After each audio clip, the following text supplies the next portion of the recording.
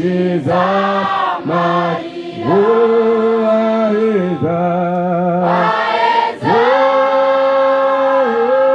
nijuru tuzahurirayo bagenzi. Aho hari Mwaro kwigenekerezo rya 2025 Nyakanga umwaka wa 2021 ku mutumba wa Gisozi ahari haramutse habera igisabisho mpuzamadini camagitunganywa n'umugwi w'igihugu ujejwe kumenya ukuri no kunywanisha abarundi severe.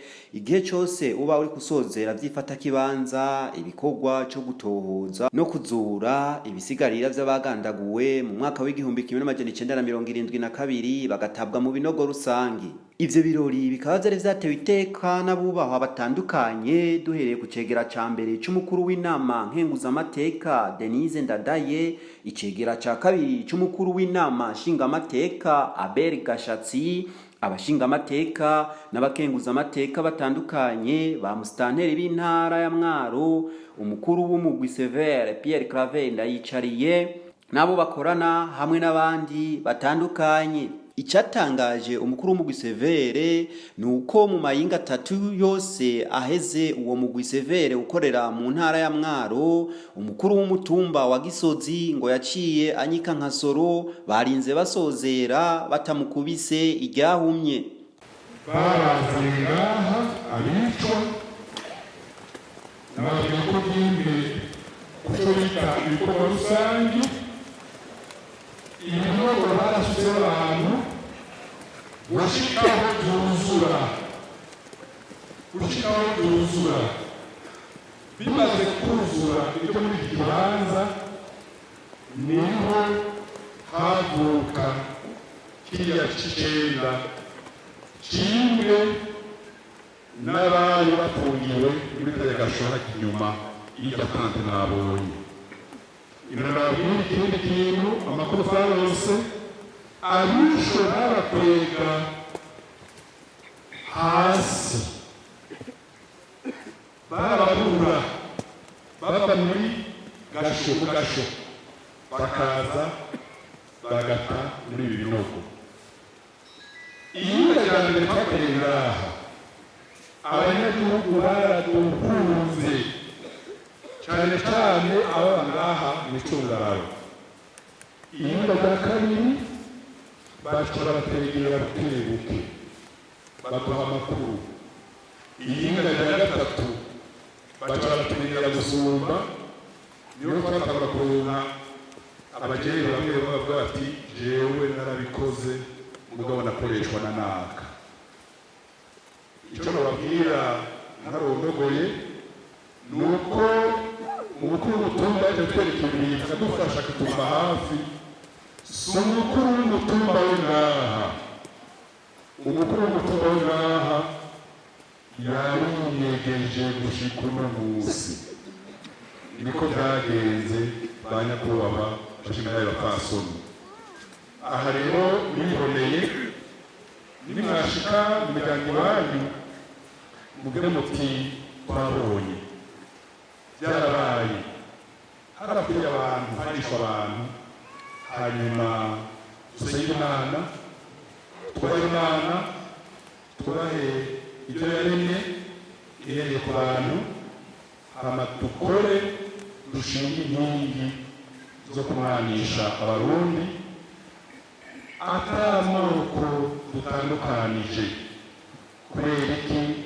Ni amahoro y'abatabaho bonyene, ni amahoro y'abatutsi bonyene abaho, ni amahoro y'abatwa bonyene abaho.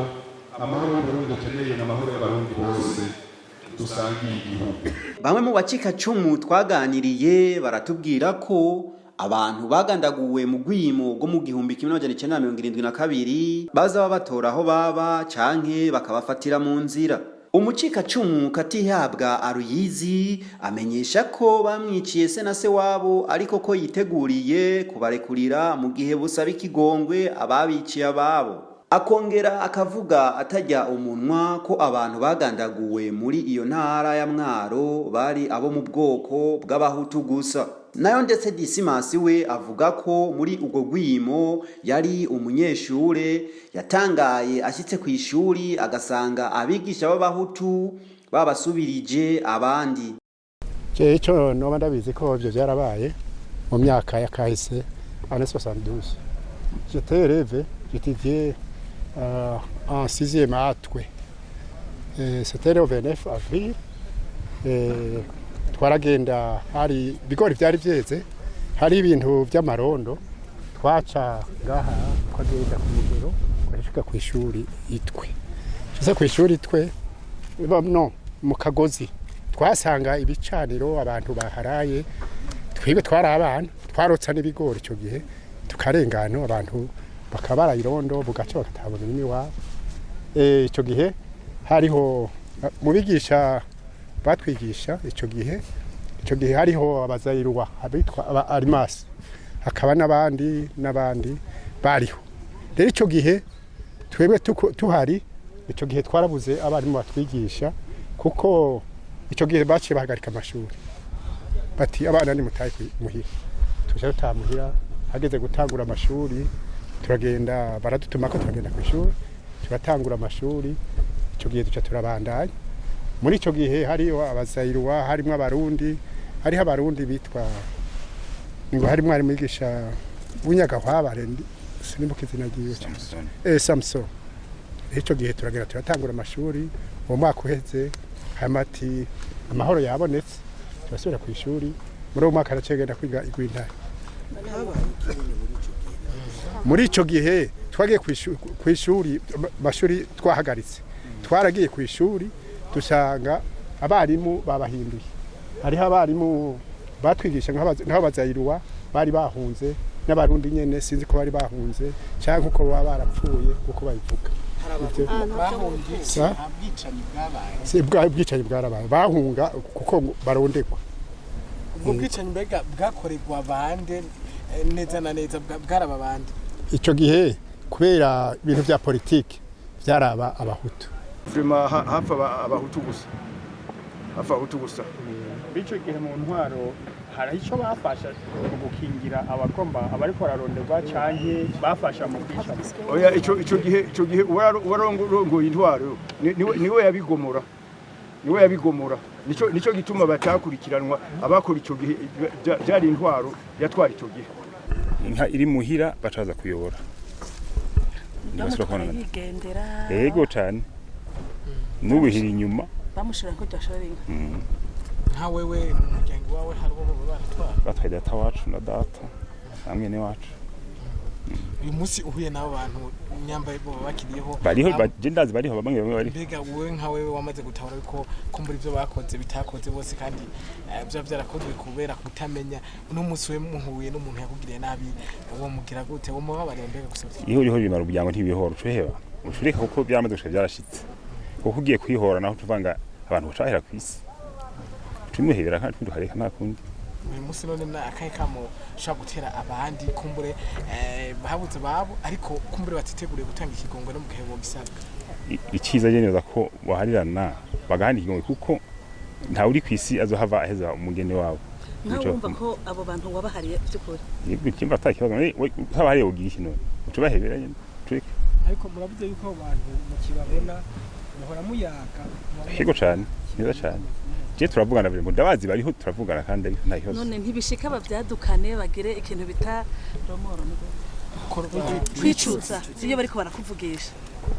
Birashaka kumushikira uko nawe ariko nta kubarira naho nyine mudatinya kubikubira ntavyibuka. Oya. No munsi niho basa. Arashaka kubona ko abaye nawe nyine ko yagize amakosa. Akabona ko yicuza ko ari mu ikosa nawe nyine abizi. Ariko atinya kubikubarira. Ashaka kubwira. Mbega kugira umuntu agira amahoro umutima no munsi numwe ngo ntawo basaba ko bokwegera kumbura bagina nawe basaba imbabazi ko mumva mitegure ko bababarira. Byari byiza ko bivugana ariko ntavyubahuka. Kuko naho mu byo tibaranyigirina ntashaka kukuroka kubwira ati nabikoreye. Akabya hakana. Mwomenya ko ico gisabisho mpuzamadini mu ntumbero yo kwibuka abishwe mu 1972 carangijwe no kugendera ahanini ibinogo rusangi 9 vyari kuri uwo mutumba wa Gisozi vyazuwemwo ibisigarira bigera ku majana 756 gisozegwa n'umugigwa w'abarundi ujanye no gukaraba.